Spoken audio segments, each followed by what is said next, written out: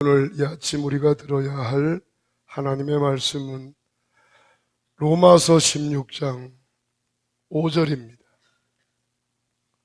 신약성경 261쪽에 보시면 로마서 16장 5절 말씀부터 16절 말씀까지 제가 받들어 봉독해 드리겠습니다. 또 저희 집에 있는 교회에도 문안하라. 내가 사랑하는 에베네도에게 문안하라. 그는 아시아에서 그리스도께 처음 맺은 열매니라. 너희를 위하여 많이 수고한 마리아에게 문안하라. 내 친척이요 나와 함께 갇혔던 안드로니고와 유니아에게 문안하라. 그들은 사도들에게 존중이 여겨지고 또한 나보다 먼저 그리스도 안에 있는 자라. 또 주 안에서 내 사랑하는 암블리아에게 문안하라.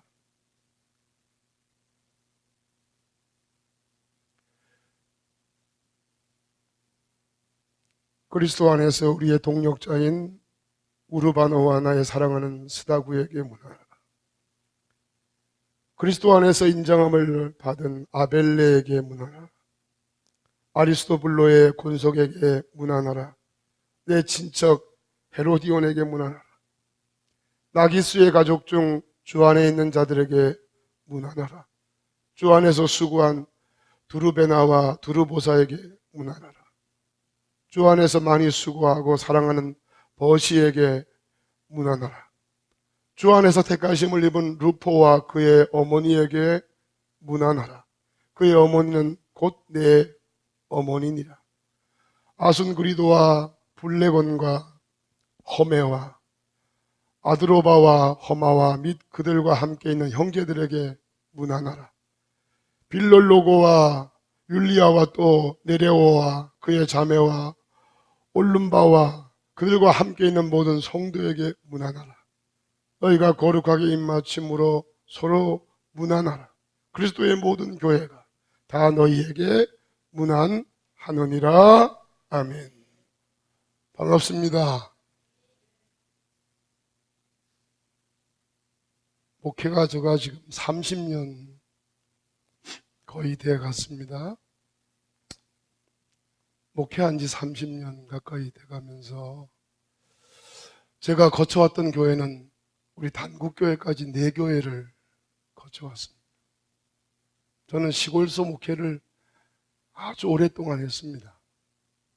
여기 와서 5년, 만 5년 목회하고 있는데 그전에 저는 무조건 시골에서 목회했습니다. 저는 시골 목회가 싫지 않았습니다.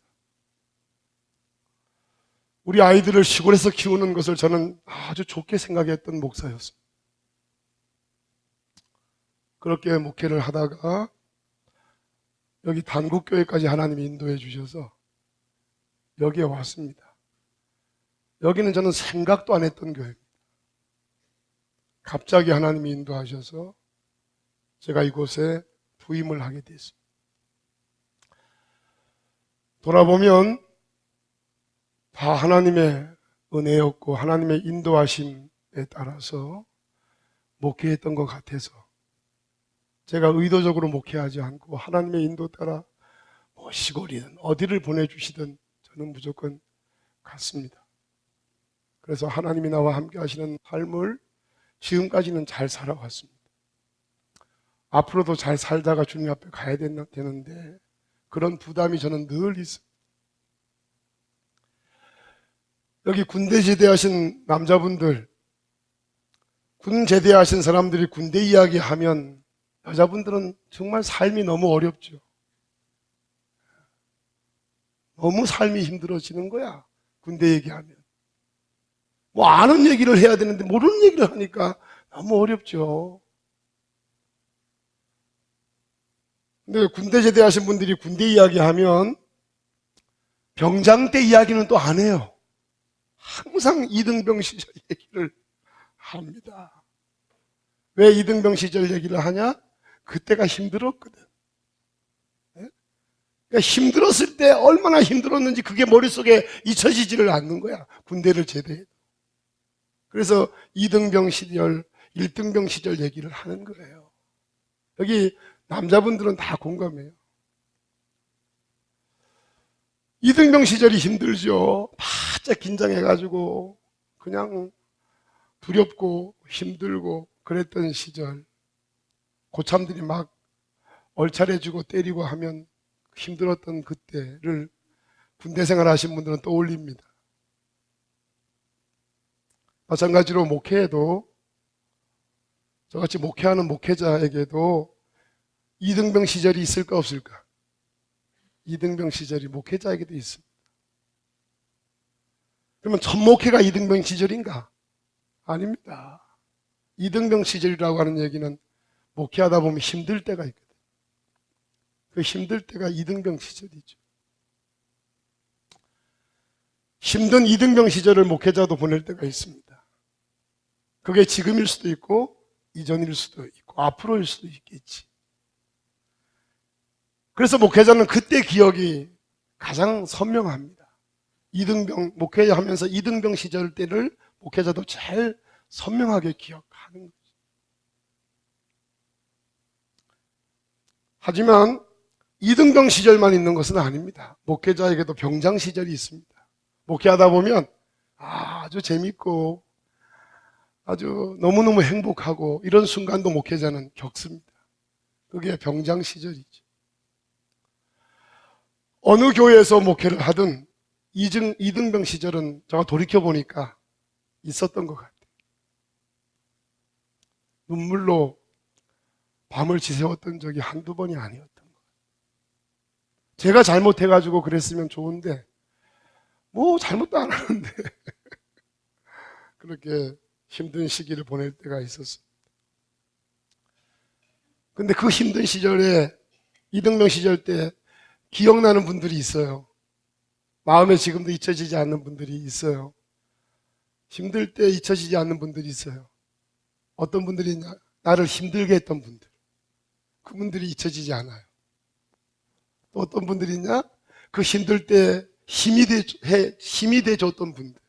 그분들이 또 잊혀지지가 않아요. 힘들게 했던 분들도 잊혀지지 않고 힘들 때 힘이 돼줬던 분들도 목회자는 잊혀지지 않습니다. 평생 그분들이 떠오르고 어떤 분들은 지금까지도 제가 기도해주고 계신 분들이 있습니다. 그래서 떠나왔는데도 벌써 떠난 지가 한참 됐는데도 그분과 지냈던 그 시절이 아주 생생하게 머릿속에 남아 있습니다. 그분들은 다름 아닌 힘겨운 이등병 시절에 함께 아픔을 공감하며 힘이 되어 주었던 성도들이 목사는 세월이 아무리 흘러도 기억이 납니다. 저와 같은 마음, 같은 가치관을 가지고 저를 도와서 목회자가 힘있게 목회할 수 있도록 용기를 줬던 분들, 눈물로 기도해 줬던 분들, 40일 금식하면서 목사님을 응원해 줬던 분들, 그런 분들이 늘 마음에 담겨집니다. 제가 목회하는 현장에는 꼭 지금도 마음에 담긴 소중한 이름들이 있습니다. 오늘 새벽에 제가 이 설교를 저는 일찍부터 월요일부터 설교 준비를 저는 하니까요.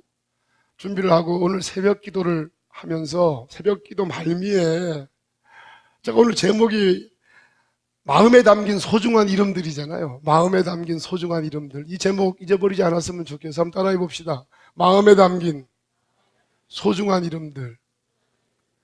제가 여러분들에게 소중한 이름으로 남겨줬으면 좋겠습니다. 여러분도 저에게 소중한 이름으로 남겨줬으면 좋겠습니다. 마음에 담긴 소중한 이름들. 자, 제가 이 설교를 준비하면서 새벽 기도 마치고 말미에 제가 이 원고를 제가 새벽 기도 가서 쭉 다시 한번 읽어보고 또 되새겨보거든요. 제가 기도하면서 말미에 지나왔던 교회들 속에 제 머릿속에 저에게 힘이 돼줬던 성도들을 한번 떠올려 봤어요.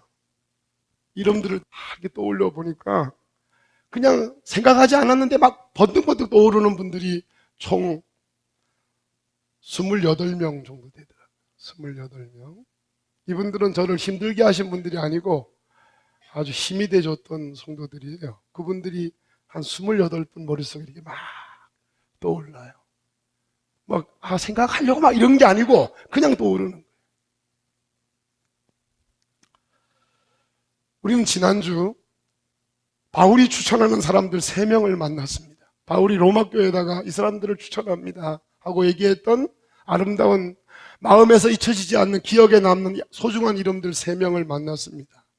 베베라고 하는 여자 집사님을 만났고 브리스가와 아굴라라고 하는 믿음의 가정 부부를 우리는 지난주에 만났습니다. 베베는 여집사님이었는데 이 여집사님이 갱그레아라고 하는 항구에서 살았던 교회 집사님입니다. 이 당시 집사님은 지금으로 말하면 장로님들 비슷한 정도로 생각하시면 됩니다. 여자 집사님이신데 이분이 너무너무 믿음이 아름답고 헌신적인 분이어서 바울이 로마서를 자기가 다 정리한 다음 로마서 편지를 로마 교회에다가 보내는 그 전달해주는 사람을 베베라는 여인에게, 이 집사님에게 맡기게 되거든요. 여러분, 남자들에게 맡겨야지. 근데 여자에게 그 일을 맡깁니다. 그만큼 여자는 바울에게는 잊혀지지 않은, 잊을 수 없는 너무 소중한 여인이었습니다.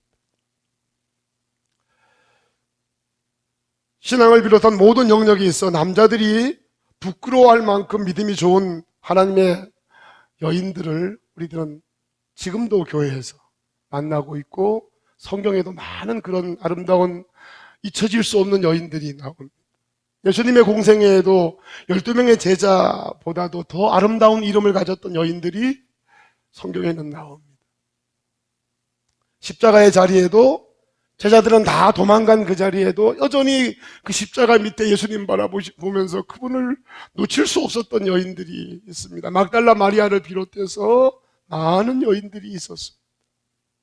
부활의 주님을 만나고자 새벽에 어두컴컴할 때 그 무덤가에 향품을 가지고 예수님의 시체라도 발라드리고 싶었 마음을 가지고 그 무덤을 찾아갔던 사람들은 남자들이 아니었습니다. 여인들이었습니다. 그 아름다운 이름들이 있죠. 베베도 여인입니다. 브리스가와 아굴라라는 이 부부는 바울이 공경에 처했을 때 자신의 목숨을 내걸고 지켰으며 바울 사도에게는 그림자와 같은 부부였습니다. 너무 소중한 부부, 브리스가와 아굴라. 근데 이 부부가 고린도에 바울과 함께 있다가 그가 로마로 돌아갔습니다. 왜냐하면 로마에 유대인들을 추방시켰던 글라우디오 황제가 떠나고 그 다음 황제가 추방령을 해제했기 때문에 이 브리스가와 아굴라 부부는 다시 로마로 돌아가서 로마 교회에서 생활하게 됐던 것입니다. 이들 말고도 바울에게는 잊을 수 없는 소중한 이름들이 있었습니다.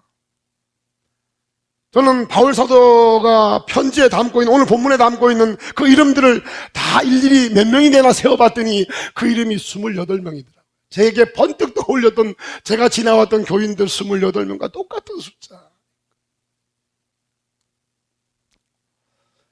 이름에 속해 있는 사람들 중에는 바울 사도의 친척들이 있습니다. 친척들. 아시죠? 우리는 오늘 이 28명 중에서 몇 사람만 조금 구체적으로 살펴보면서 우리 자신도 예수 그리스도 안에서 소중한 이름으로 기억될 수 있기를 간절히 소망합니다. 꼭 기억됐으면 좋겠습니다.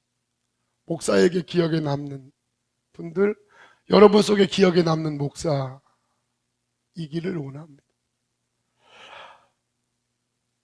브리스가와 아굴라 집에서 사실은 교인들이 모였습니다. 브리스가와 아굴라 부부는 자기 집을 교회로, 예배당으로 허락하고 그 자기 집에서 성도들이 모여서 예배를 했던 것 같습니다. 그래서 브리스가와 아굴라 그 집 가정에 교회라는 것은 건물이 아니잖아요. 예수 이름을 의지해서 구원받은 성도들의 모임이 교회인 줄로 믿습니다. 그 교회가 그 집에 모였습니다. 오늘 본문에 그 이야기를 하죠. 여러분 눈을 돌려서 5절을 보십시오. 오늘 말씀 5절. 또 저희 집은 브리스가와 아굴라 집이에요. 저희 집에 있는 교회에도, 그러니까 그들의 집이 교회가 됐다는 얘기예요.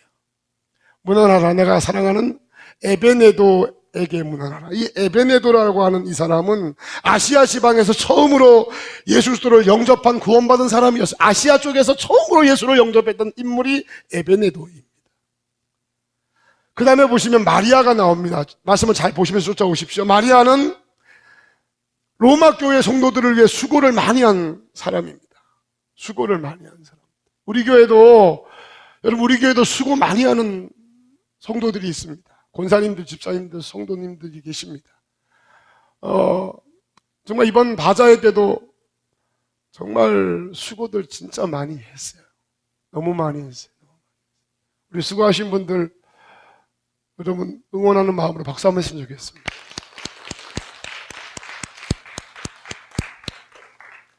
이 마리아는 교회를 위해서 수고했던 여자였어요.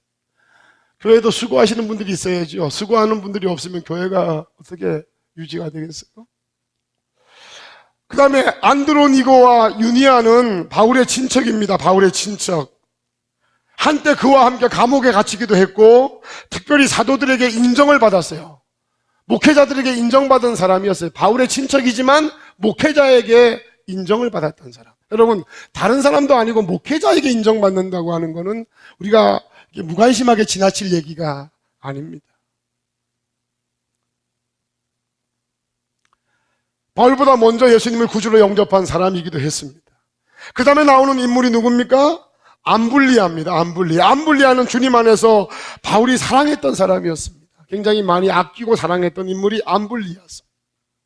여러분도 많이 마음이 가는 사람들이 있죠. 마음이 가서 사랑하게 되고 아끼게 되는 사람들이 있죠.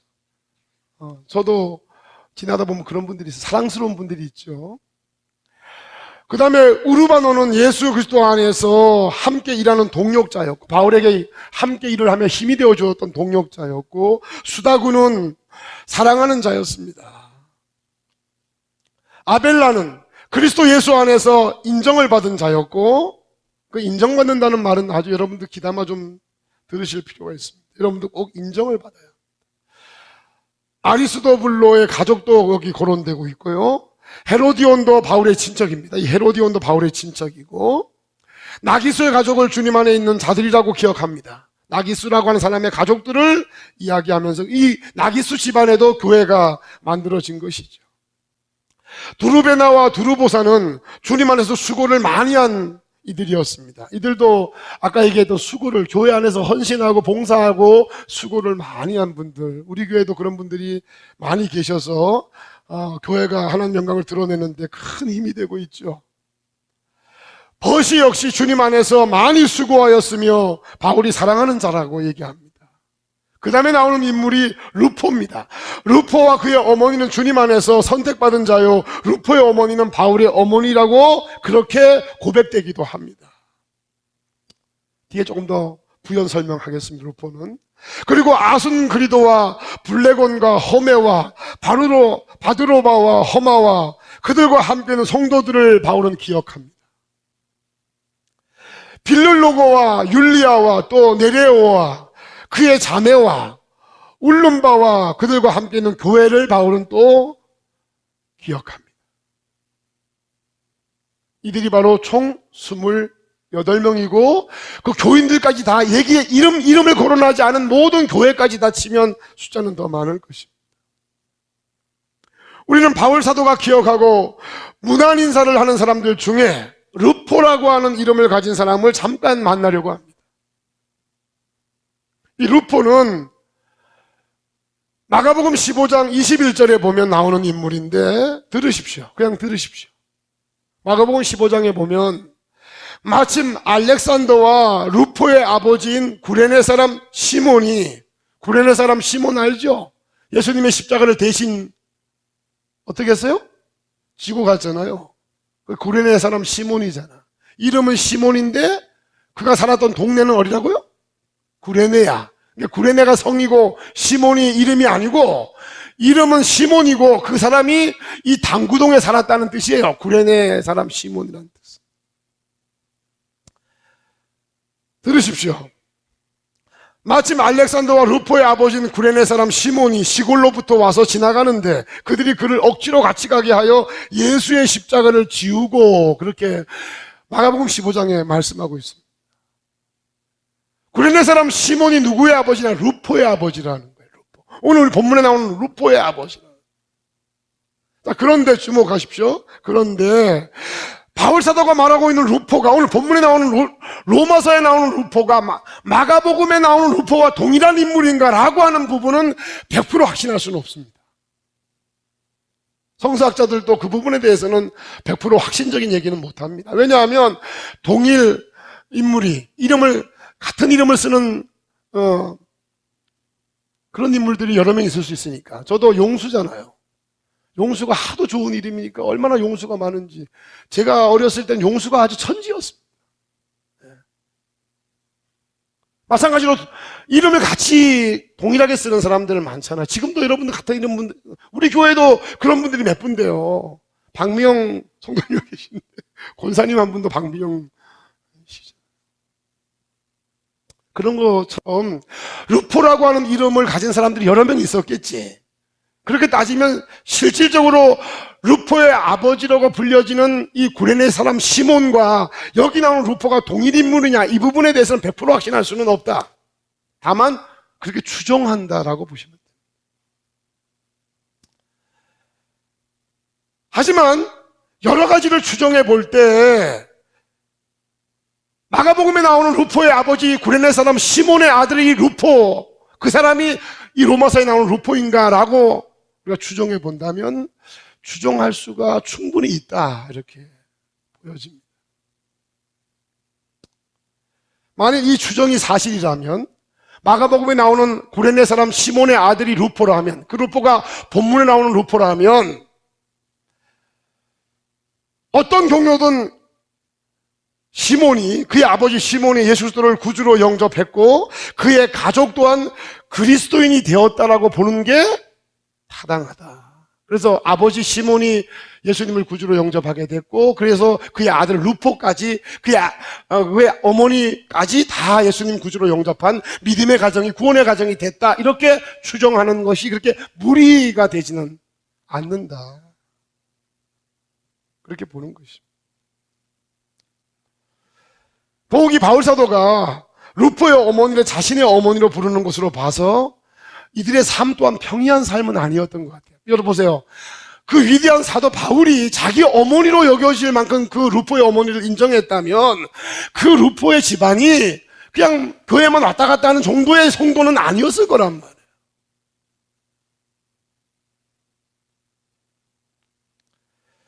열거든 인물 중에는, 여기 28명 인물 중에는 바울 사도의 친척들이 있습니다.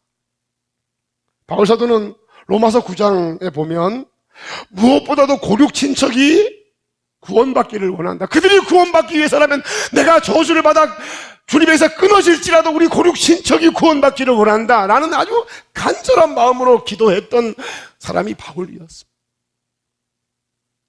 그의 기도의 응답인지 모르지만 오늘 여기 거론되는 이 문안하고 있는 인물들 중에는 바울의 친척이 몇 명이 나옵니다. 근데 이들의 신앙이 평이한 신앙은 아니었다는 것이죠. 우리 교회도 자녀들 구원받게 하려고, 형제들 구원받게 하려고 눈물을 흘리면서 기도하시는 분들이 부모님을 위해서 여러분들이 계십니다. 그런 분들에게 은혜가 있기를 주의 이름으로 축원합니다. 주님의 은혜가 임하기를.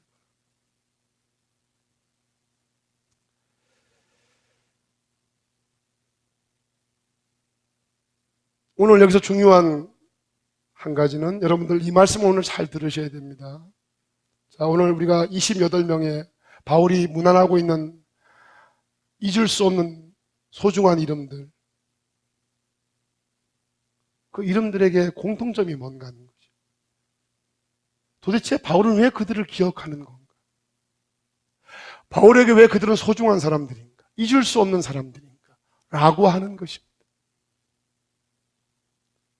그 생각을 오늘 우리는 잠시 이 설교 말미에 해봤으면 합니다.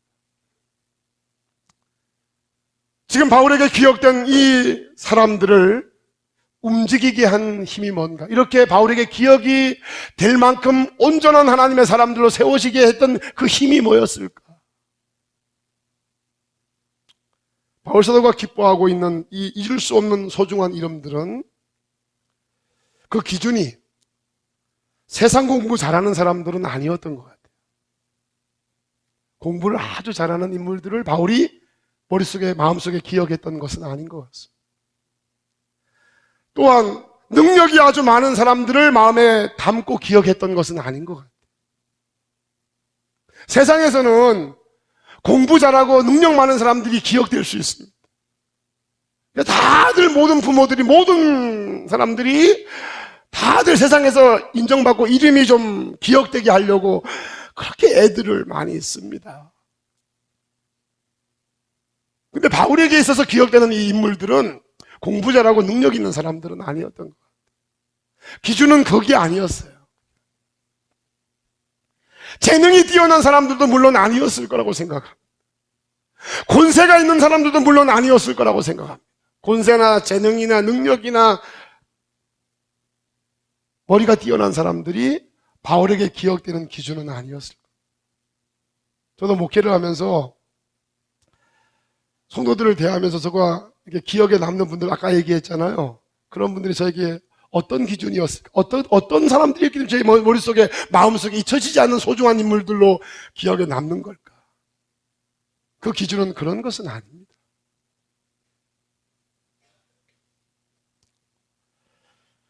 바울을 흥분시키는 이 소중한 사람들, 그들만 생각하면 너무 감사하고 기뻤던 이 사람들은 자신이 최고의 가치로 여기는, 바울이 최고의 가치로 여기는 하나님의 아들 예수 그리스도에 대한 믿음이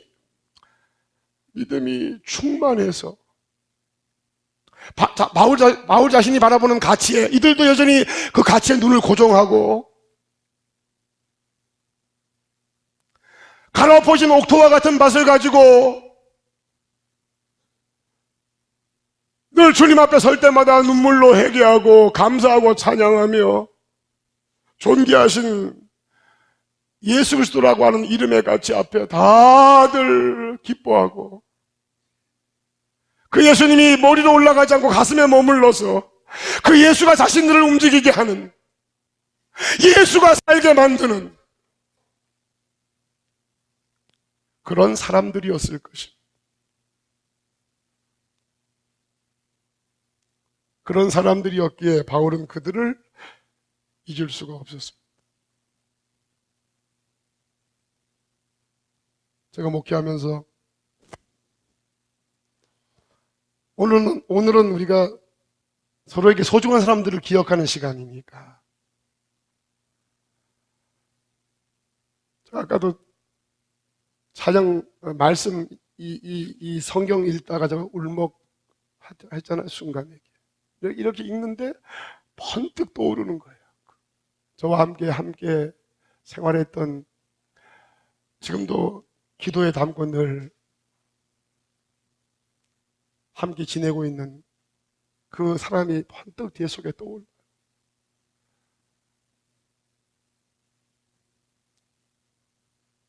목회를 하면서 목사의 참 특권이죠. 행복이기도 하고, 소중한 인물들, 소중한 사람들을 만날 때마다 목회의 보람을 느낍니다. 그리고 하나님이 살아계신 걸 그들을 통해서 경험하는 순간들이 참 많습니다.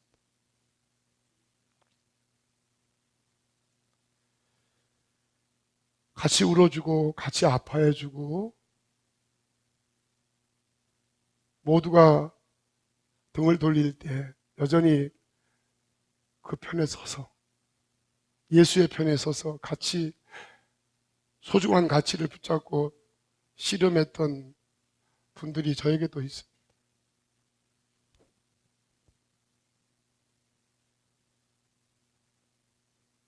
그들 속에는 늘 믿음이 있었어요. 제가 만났던 소중한 분들을 보면 그들을 그렇게 움직이게 했던 힘이 뭐냐면 믿음이었어요. 믿음이 그들을 그렇게 만들더라고요.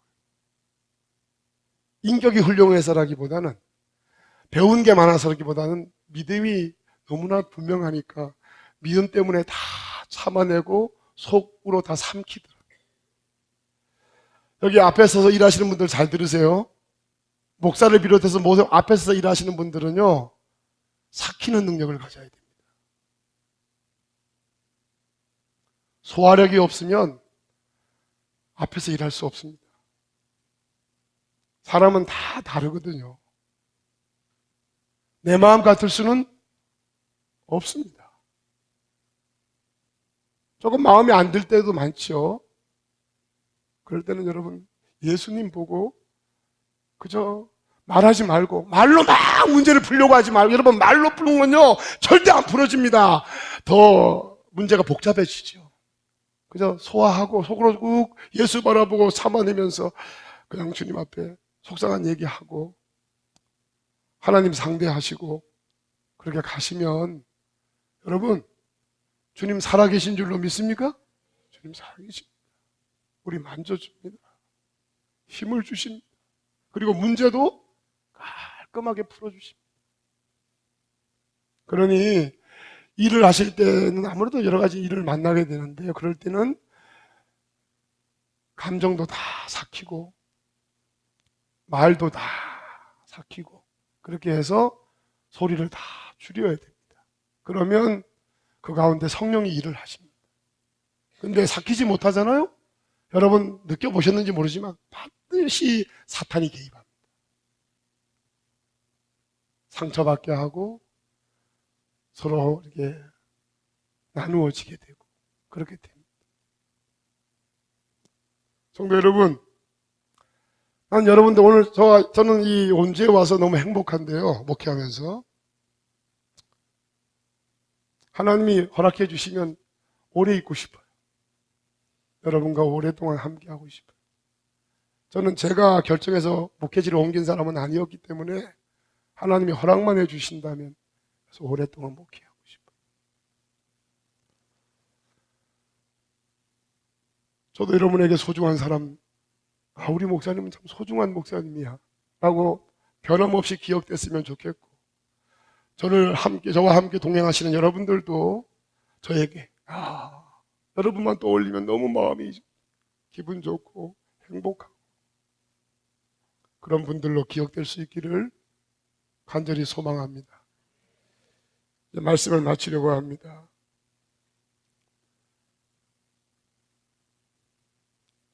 믿음의 감격과 감사로 존귀하신 이름, 예수의 기쁨이 되고자 했던 중심을 가진 자들이 바울 사도에게 기억에 남는 소중한 인물들이었습니다. 믿음이 감격과 감사를 일으키고 그래서 예수께 들어가서 모든 걸 다 소화해내고 주님만 바라보고 묵묵히 쫓아가는 온전한 그리스도인들로 저와 여러분들이 다 끝까지 달려가야 될 텐데, 그 지점에 이들이 섰던 그 지점, 그 예수님이라는 그 지점에 박용수 목사도 여러분도 함께 다 서서 마지막까지 그 지점을 떠나지 않기를, 그 지점을 벗어나지 않기를, 예수라는 지점을 떠나지 않아서 우리 모두 다 소중한 사람들로 남기를 주의 이름으로 축원합니다. 기도하겠습니다.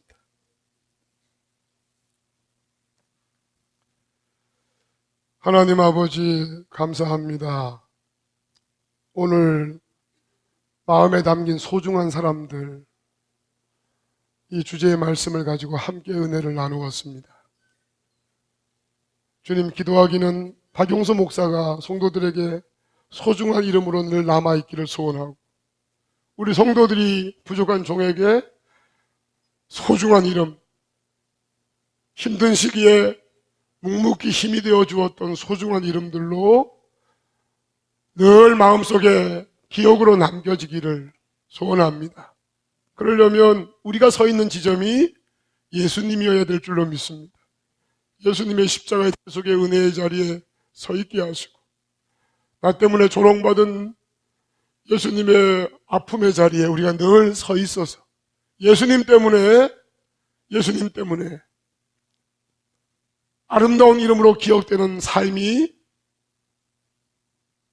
벗어나지 않도록, 잘못되지 않도록 주님 지켜 주시옵소서. 예수님의 이름으로 기도했습니다. 아멘.